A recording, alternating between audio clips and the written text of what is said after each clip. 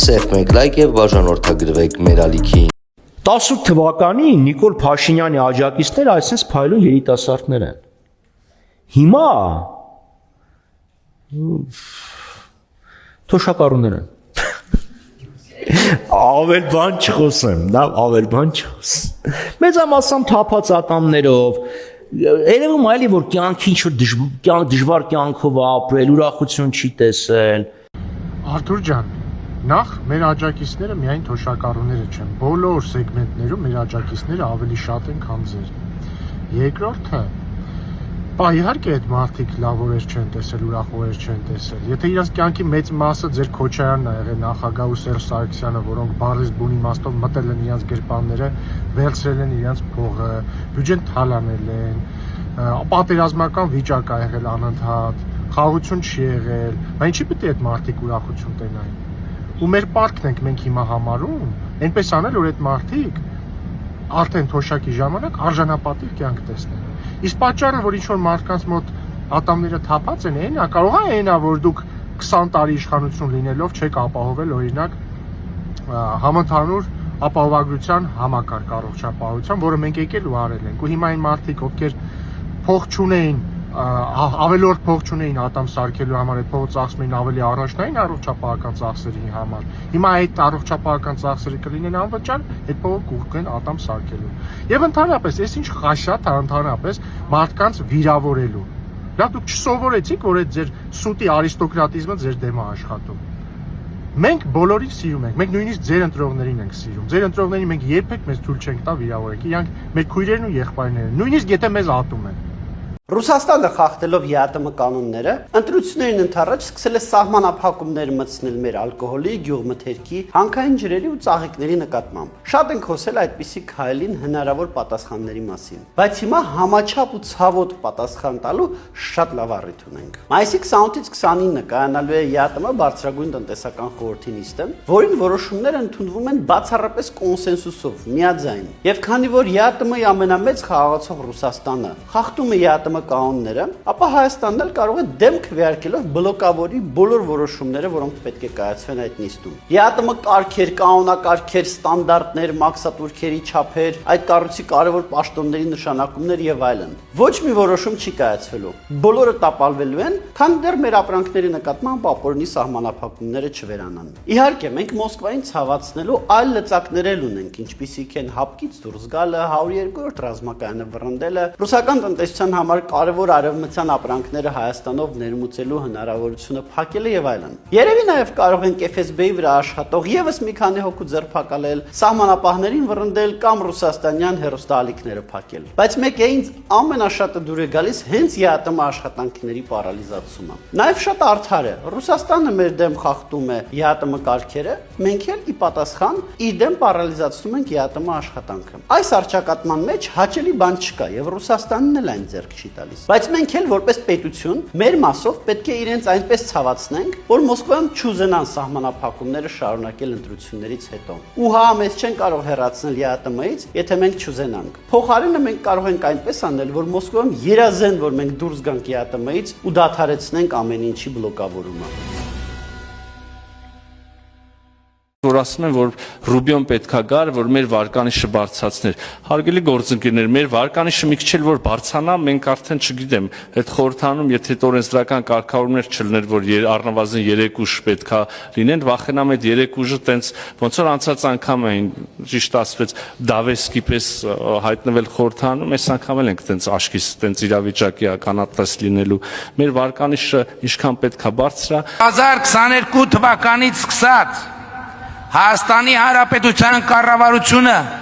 շուրջ 170 միլիարդ դրամի ներդրում է արել ռազմարդյունաբերական համալիրում եւ այսօր մենք ունենք արդյունքներ, որոնցով կարող ենք հպարտանալ։ Հայաստանի Հանրապետության պաշտպանունակության բարձրացման էական գործոն են նաեւ մի քանի տասնյակ ամրացված շրջանները, որոնք 21-րդ դարի պահանջներին համապատասխան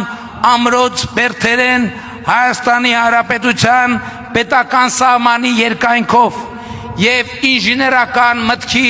գլուխգործոցներ։ Այսօր հպարտության առիթ է նաև այն, որ զորահանդեսին մասնակցում են կամավոր ատեստավորմամբ իրենց բարձր մարտունակությունը ապացուցած զինծառայողներ, ինչպես նաև Պաշտպան հայրենյաց ծրագրի մասնակիցներ, ովքեր ժամկետայինից պրոֆեսիոնալ բանակի անցման գործընթացի կարևոր մասնակիցներ են։ Սիրելի ժողովուրդ, Հայաստանի Հանրապետության բանակի կերպափոխումը ընթանում է մեծ տեմպերով, ինչի համար էական նշանակություն ունի զինծառայողների սոցիալական երաշխիքների համակարգը։ Այսօր Հայաստանում 700,000 դրամ վարձատրություն ստացող շարքային կազմի զինծառայողներ կան եւ կամավոր ատեստավորման շրջափուլերի միջոցով վարձատրությունների ավելացման այս գործընթացը լինելու է շարունակական։ Պաշտպան հայրենյաց ծրագրի զինծառայողները պայմանագրային հնգամյակը ավարտվելուց հետո կստանան նաև լրացուցիչ 5 միլիոն դրամ պարգևավճար։ Վազգեն Սարգսյանի անվան ռազմական ակադեմիայի կուրսանտները, որ այսօր ուսումնառության ընթացքում ստանում են մինչև 175,000 դրամ կրթաթոշակ, ռազմաուսումնական հաստատությունը հաջողությամբ ավարտելուց եւ սպայական նշանակում ստանալուց հետո Երևանի գներով հաշվարկված բնակարանի գնման վկայագրեր կստանան կառավարության կողմից եւ այսպիսով մեր սպայակազմի բնակարանային խնդիրը, որը 2000-ականների սկզբից մեծ հաշվով չլուծված է, կստանա արմատական լուծում։ Կառավարությունը բոլորովին վերջերս որոշում ընդունեց առաջիկա 4 տարում Պաշտպանության նախարարության բնակարանային հերթացուցակում 2000-ականների սկզբից հերթագրված շուրջ 2850 ընտանիքների բնակարանային խնդիրը առաջիկա 4 տարում լուծելու մասին։ Ընթանում է զինծառայության մեջ գտնվող անձանց բնակարան ձեռք բերելու համար հիպոթեկային վարկի աջակցության պետական ծրագիրը եւ առաջիկայում այն ավելի կընդլայնվի։ Սիրելի ժողովուրդ, պետական այրեր, այսօրվա զորահանդեսը հաշվետվություն է քաղաքացիներին,